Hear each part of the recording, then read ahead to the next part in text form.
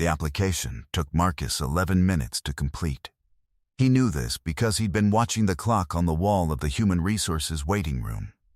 A large institutional clock with a second hand that moved in discrete jumps rather than a continuous sweep. And he'd been tracking it the way he tracked things when his mind needed something to hold on to, while the rest of him was doing something uncomfortable.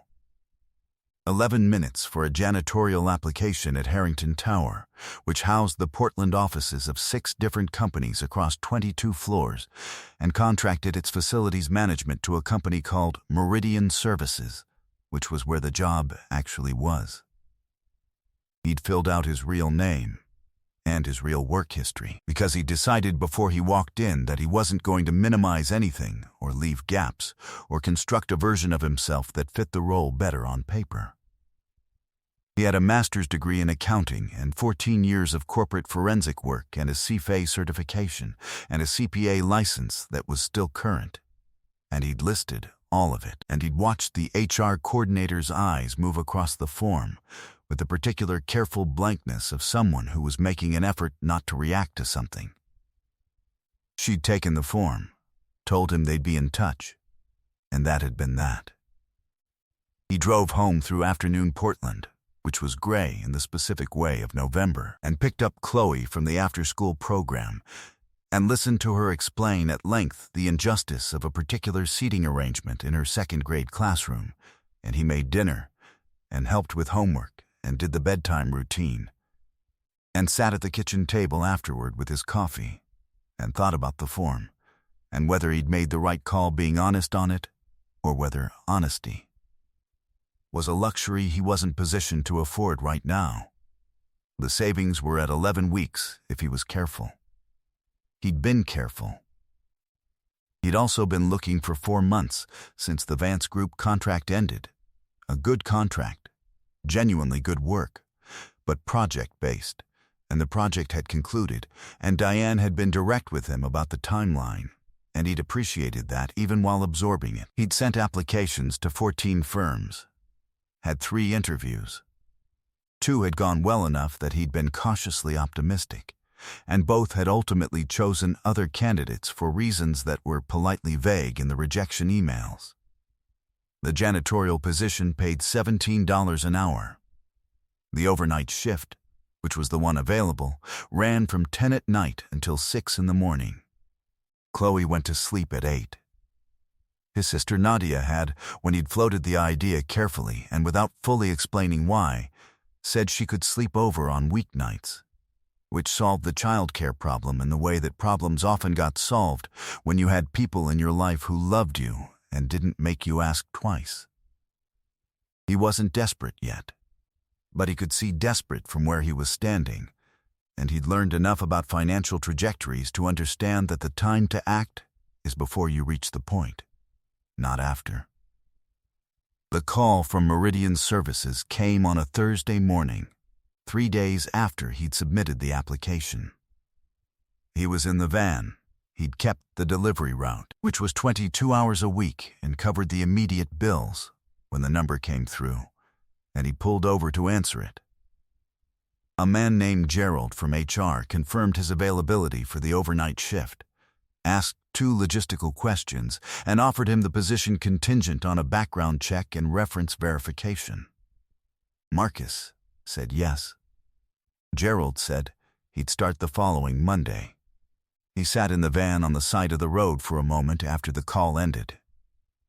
42 years old, master's degree, 14 years of forensic work, and he just accepted a janitorial job with the same professionalism he'd once used to accept a senior examiner position. He felt something move through him that wasn't quite grief and wasn't quite pride and wasn't quite relief, but was some compound of all 3.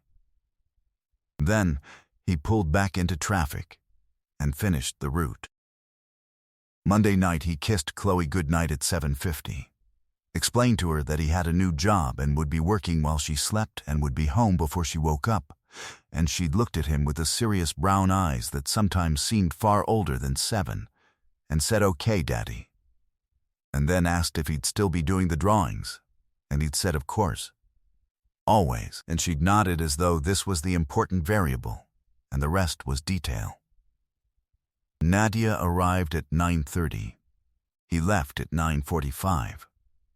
Harrington Tower at 10 at night was a different building than Harrington Tower at 10 in the morning. The lobby, which during the day had the purposeful energy of a place where people were going somewhere, was quiet and marble and lit at about 60%.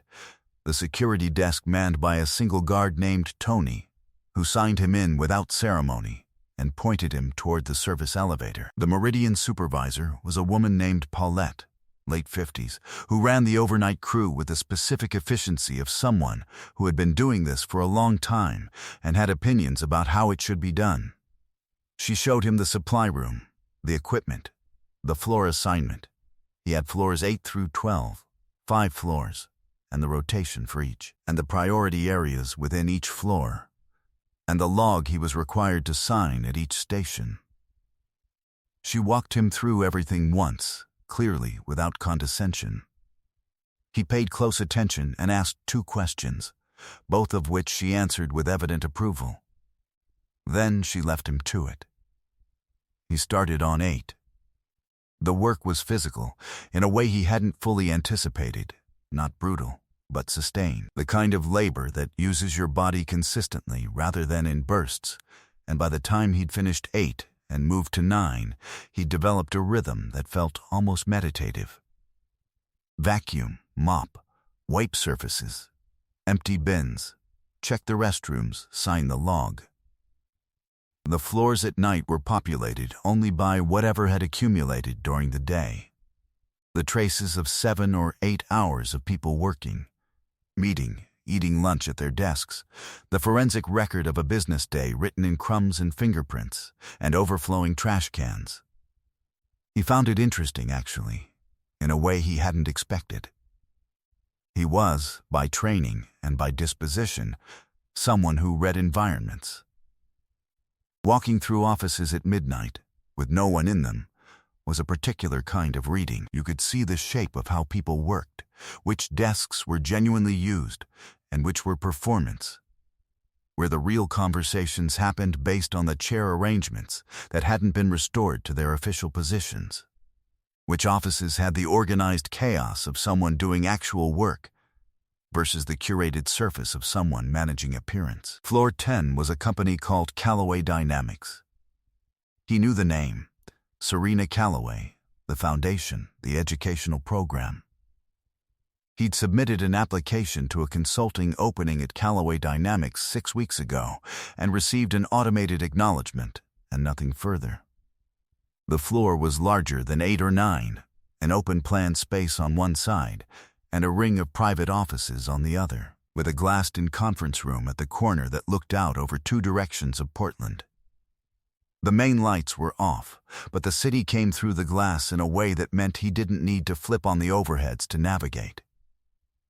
He was working through the open plan section, moving methodically between the desks, when he noticed the office at the far end of the private office ring had a light on. Not the overhead, a desk lamp.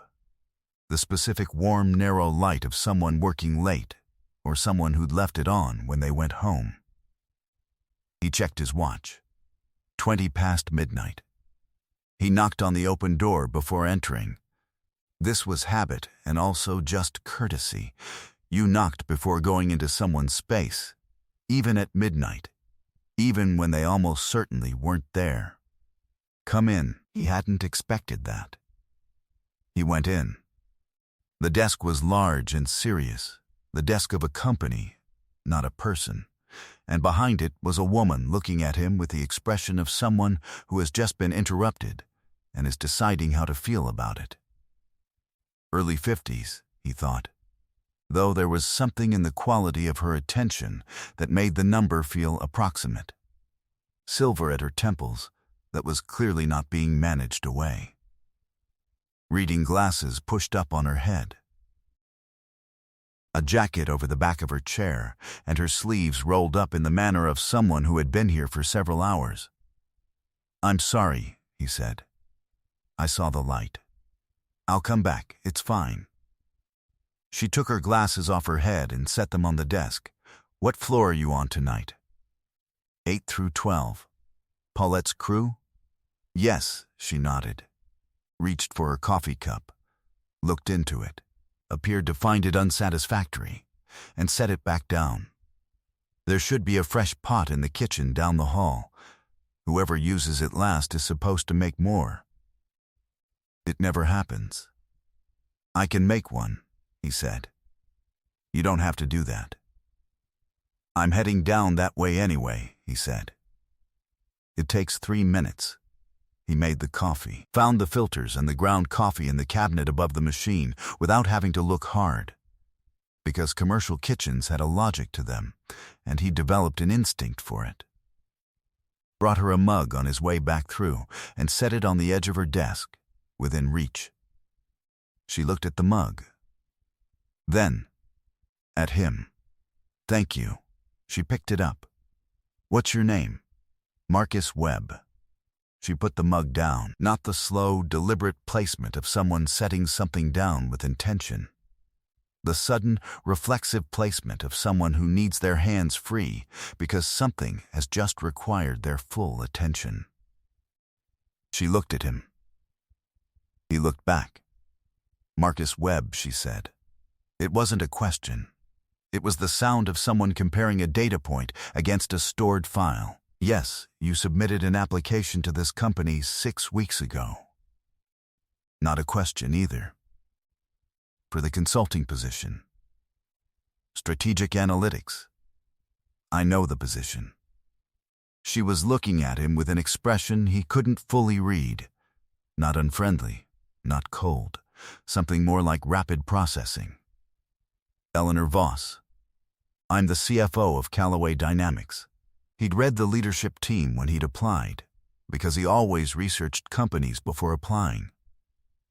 Eleanor Voss, CFO, 12 years with the company, formerly with 2 investment banks and a private equity firm. The number 2 in the organization after Serena Callaway. Your application came across my desk, she said. The automated acknowledgement suggested it was still under review. It was flagged, she said carefully. Flagged. Your credentials are not in question. Your CV is exceptional. The flag was about the employment history. The gap, and then she paused. The current role. He understood. He'd known this would be the conversation, in some form, at some point. He'd been having a version of it in his head since he submitted. I've been delivering produce for a logistics company for 7 months, he said. Before that, I was serving tables at a diner for 4 months. Before that, I was at the Vance Group on a forensic project for 9 months. Before that, I was restructured out of 14 years at Alderman Kessler. He said it in the same tone he used for everything, even, precise, without inflation or apology. I have a daughter. The decisions I made about what work to take were shaped by what was available quickly and what fit around her schedule, not by what looked best on paper. Eleanor Voss was looking at him with an expression that had shifted. The Vance Group project, she said. The logistics fraud case. Yes, that case was made public 8 months ago when the charges were filed. I read the filings. The forensic analysis was, she seemed to be selecting a word carefully. Unusually sophisticated. The layering identification across quarter periods. That was mine, he said. I know. She leaned back in her chair. I know because Diane Vance mentioned it at an industry event 4 months ago. She mentioned the examiner who had identified the quarterly timing pattern. She didn't give a name, but she said, I remember this specifically, that it was someone she'd almost missed because of how they came to her. Coffee pot, Marcus said. Eleanor's expression moved in the direction of a question. She came into the diner where I was working. Someone was making her uncomfortable. I helped manage the situation. He paused. She offered me a conversation based on that, a silence. The city outside the window did what cities did at midnight, continued, indifferent and illuminated. "Why didn't you follow up after the Vance project?" Eleanor asked. "I did. I sent 14 applications over 4 months. I had 3 interviews. I wasn't selected. Why? You'd have to ask them." He held her gaze. "My current assessment is that the employment history reads as instability to people who don't read past the surface of it, and that some hiring processes are optimized for pattern matching rather than for finding the actual capability of the person in front of them." She was quiet for a moment. "That's a frank answer. You asked a frank question." She looked at him for a long time. He let her look. He wasn't going to fill the silence with qualifications or backpedaling. He'd said the accurate thing, and it was accurate, and he was going to let it stand. "Why apply here at Callaway?" she said. "Specifically, your fraud exposure in the logistics division is underanalyzed," he said. "You have rapid scaling in 3 markets simultaneously, which creates accountability gaps. Your vendor verification process is standard for a company half your current size, which means it's about 18 months behind where it should be. Your Q3 public filing had 3 footnotes that indicated internal audit is stretched." He paused. "I noticed this when I read your filings in preparation for the application. The consulting role description suggested you were aware of the gap and looking to address it." Eleanor Voss was completely still. "You read our quarterly filings before applying for a consulting position. I research before I apply. It seemed relevant to understanding what you actually needed versus what the job description said you needed, and you found 3 footnotes in Q3 that indicated. Footnotes 14, 19, and 23. The language is hedged, but consistent. Someone in your internal audit function is flagging scope limitations without being direct about them, which usually means they're raising concerns internally and not getting full traction." He said this carefully, not to show off, but because it was what he saw, and it was relevant, and she'd started a conversation that warranted the honest content of his observation. "It's not a crisis. But it's the kind of thing that becomes one if the scaling continues at the current rate without the oversight infrastructure catching up." The silence that followed was different from the silences before it. Eleanor Voss picked up her coffee mug, drank, set it down with intention this time, not reflex. "How long have you been on this floor?" she said. "About 25 minutes. I've been sitting here since 9:30, working through a vendor audit report that my internal team produced last month." She opened a folder on her desk and turned it so he could partially see it from where he stood. "Would you be willing to look at something?" He moved to the desk. She slid the report toward him, and he looked at the first page, then the second, then turned to the appendix where the actual numbers lived, which was where he always went first. He read for 4 minutes, which he knew was making her wait and couldn't be helped because 4 minutes was what it required. He looked up. "Your largest vendor in the Northwest Division," he said, "has been invoicing for a materials grade that doesn't match your intake logs. It's not large yet. But the pattern has been running for 8 months, and it's consistent, which means it's intentional." She stared at him. "Page 41, he said. "And cross-reference with the intake summaries in Appendix C, rows 12 through 19. The unit descriptions don't align." She turned to page 41, opened Appendix C, looked at rows 12 through 19. The silence was the silence of someone seeing something they hadn't seen before and understanding that it had been there, waiting. For 8 months.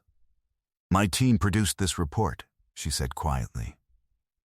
"Your team may not have known to look at the intake logs in conjunction with the invoice descriptions.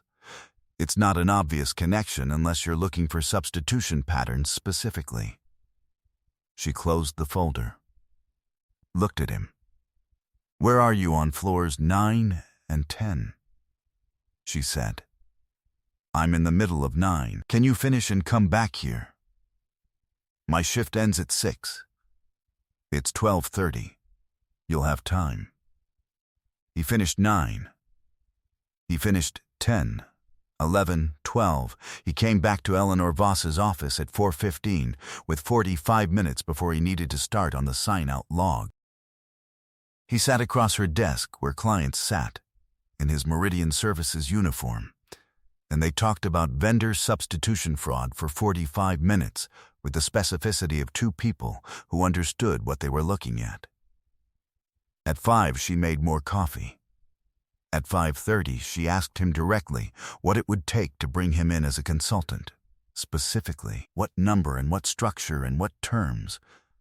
And he told her, because she'd asked directly, and he'd learned that the people worth working for asked directly. She wrote something on a notepad, slid it across the desk.